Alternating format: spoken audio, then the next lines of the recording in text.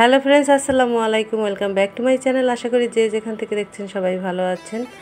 আমরা আল্লাহর অশেষ রহমতে ভালো আছি। চলে এসেছি একটি রান্নার রেসিপি নিয়ে। আমরা আজকে দেখাবো কালা ভুনা রেসিপি, গরুর মাংসের। তো এখানে 1.5 কেজি পরিমাণে গরুর মাংস নিয়ে নিয়েছি। এটাকে ভালোভাবে পরিষ্কার করে ধুয়ে নিয়েছি এবং কেটে নিয়েছি ছোটো ছোটো টুকরো করে। দিয়ে দিয়েছি 1 কাপ পরিমাণে পেঁয়াজ কুচি। আর এখানে নিয়েছি আমি দারুচিনি, এলাচ, তারপর লবঙ্গ, হলুদ গুঁড়া, মরিচের গুঁড়া, এগুলো সব 2 চামচ করে নিয়েছি।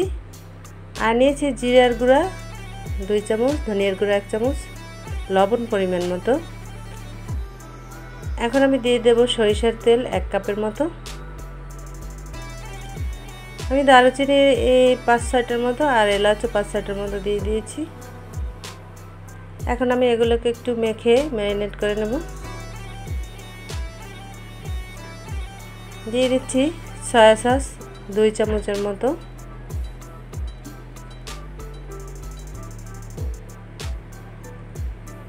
শুধু বাকি রয়েছে আদা রসুন পেস্ট, সেটা একটু পরে দেবো। এটা আগে একটু মেখে আমি ম্যারিনেট করে রাখছি।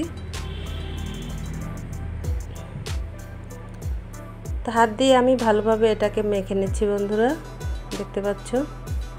তো ফাঁকে বলে রাখি, আমার এই চ্যানেলটি যদি তোমরা নতুন ভিজিট করে থাকো তাহলে অবশ্যই চ্যানেলের ভিডিওগুলো দেখে ভালো লাগলে সাবস্ক্রাইব করে বেল বাটনটি প্রেস করে আমার চ্যানেলের পাশেই থেকো বন্ধুরা। আর আমার এই ভিডিওটি ভালো লাগলে তোমরা ফ্যামিলি এবং ফ্রেন্ডসদের সাথে অবশ্যই শেয়ার করে দিও। একটি লাইক দিতে ভুলো না। আমি আদা রসুন পেস্ট কিন্তু নিয়ে নিয়েছি, 2 চামচ করে দিয়েছি পেস্ট। এখানে আদা বাটা 2 চামচ এবং রসুন বাটা 2 চামচ। আর নিয়েছি রাঁধুনি কালা ভুনা মশলা।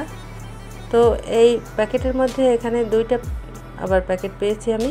তো একটা বড় একটা ছোট। তো বড় প্যাকেটটা আমি বড় প্যাকেটের যে মশলাটা, এই প্যাকেটটা কেটে আমি অর্ধেকটা পরিমাণ মশলা এখানে অ্যাড করব।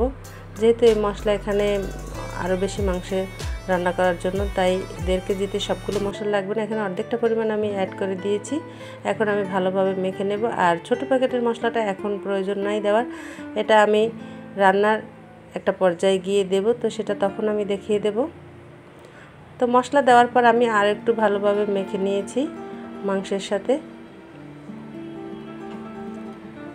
এখন চলে যাব চুলায় বন্ধু। চুলায় একটি এই মাংসের হাঁড়িটা দিয়ে চুলাটা জ্বালিয়ে নিলাম। আর একটু নাড়াচাড়া করে আমি মাংসটাকে ঢেকে দেব ঢাকনা দিয়ে।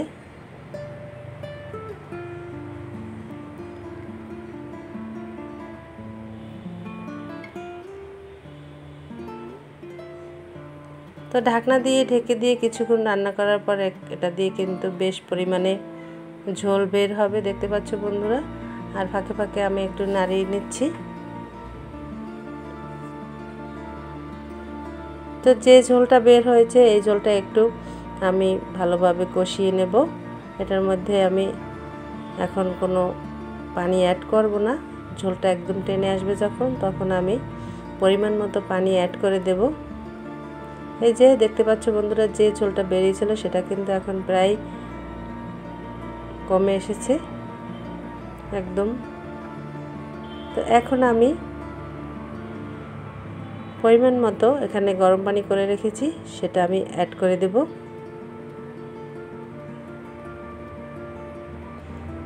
চাইলে তোমরা ঠান্ডা পানিও দিতে পারো, কোনো অসুবিধা নেই। তবে দেখতে হবে যে মাংসটা যেন সিদ্ধ হয়, সেই পরিমাণে কিন্তু পানিটা তোমরা দিবে বন্ধুরা। আমি কিন্তু মাংস যেন সিদ্ধ হয় সেই পরিমাণেই পানি এখানে আমি অ্যাড করেছি।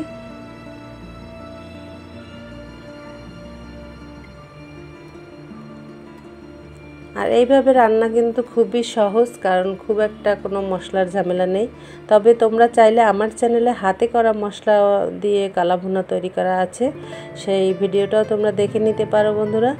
আর এটা হচ্ছে রাঁধুনি প্যাকেট মশলা দিয়ে কালা ভুনা রেসিপি। তো চাইলে তোমরা হাতে কি কি মশলা দিয়ে আমি কালা ভুনা রেখেছি সেই ভিডিওটাও গিয়ে আমার চ্যানেলে দেখে আসতে পারো। আমি আই বাটনে এবং ডেসক্রিপশনে তোমাদের এর লিঙ্কটা দিয়ে দেবো।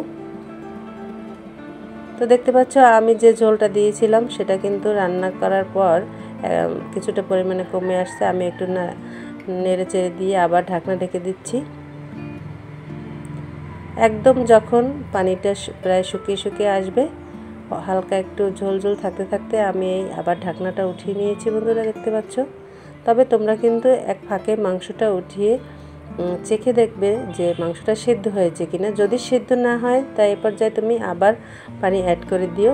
তো আমার মাংসটা সিদ্ধ হয়ে গেছে। এখন আমি এই মাংসের মধ্যে কিন্তু এই যে কালা ভুনার প্যাকেটের ভিতর, মশলার প্যাকেটের ভিতরে আরেকটা ছোটো প্যাকেট ছিল মশলার, ওখান থেকে আমি অর্ধেকটা পরিমাণ মশলা এখানে অ্যাড করে দিয়েছি। যেহেতু ওই প্যাকেটের অর্ধেক মশলা দিয়েছি, তাই এই প্যাকেট থেকেও কিন্তু আমি অর্ধেকটা পরিমাণ মশলা দিয়ে দিলাম। এখন ভালোভাবে নেড়েচেড়ে আমি এটাকে এক সাইডে রেখে দেব, ঢাকনা দিয়ে ঢেকে। যেহেতু ঝোল কিন্তু একদমই শুকিয়ে এসেছে, তাই এটাকে আর রান্না করা যাবে না। আর এদিকে আমি চুলায় একটি ফ্রাই প্যান দিয়ে দিয়েছি, আর দিয়ে দিলাম 3টা শুকনো মরিচ এবং সরিষার তেল। আর শুকনো মরিচগুলো সরিষার তেলে একটু ভেজে নিয়ে তারপরে এখানে আমি পেঁয়াজ কুচি এবং রসুন কুচি ভেজে নিচ্ছি। হাফ কাপ পরিমাণের পেঁয়াজ এবং রসুন কুচি আমি নিয়েছি। এটাকে ভালোভাবে বেরেস্তা করে ভেজে আমি মাংসের ভিতরে দিয়ে দেব। এটা আসলে ফোড়ন দেওয়ার জন্য। এই ফোড়নটা দিলে মাংসের ভিতরে একটা ঘ্রাণ, ভালো সুঘ্রাণ আসে কালা ভুনার। তো বন্ধুরা, এই তো আমার কালা ভুনা কিন্তু কমপ্লিট। এখন এই ফোড়নটা দিয়ে আমি মাংসের সাথে একটু ভালোভাবে মিশিয়ে নিচ্ছি।